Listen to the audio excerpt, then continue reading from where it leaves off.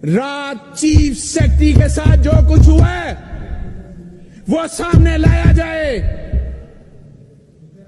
कि उससे किस तरह साइन करवाए गए हैं, कौन उसके पास गया था साइन करवाने के लिए,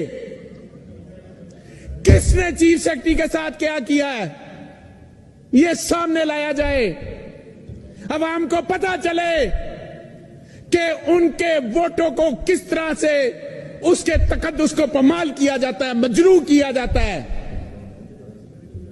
क्या आप समझते हैं अगर आपने इस मुल्क में अमनियत रखनी है तो बिस्मिल्लाह ऐलान करे कि मुल्क अमनियत की तरफ जा रहा है।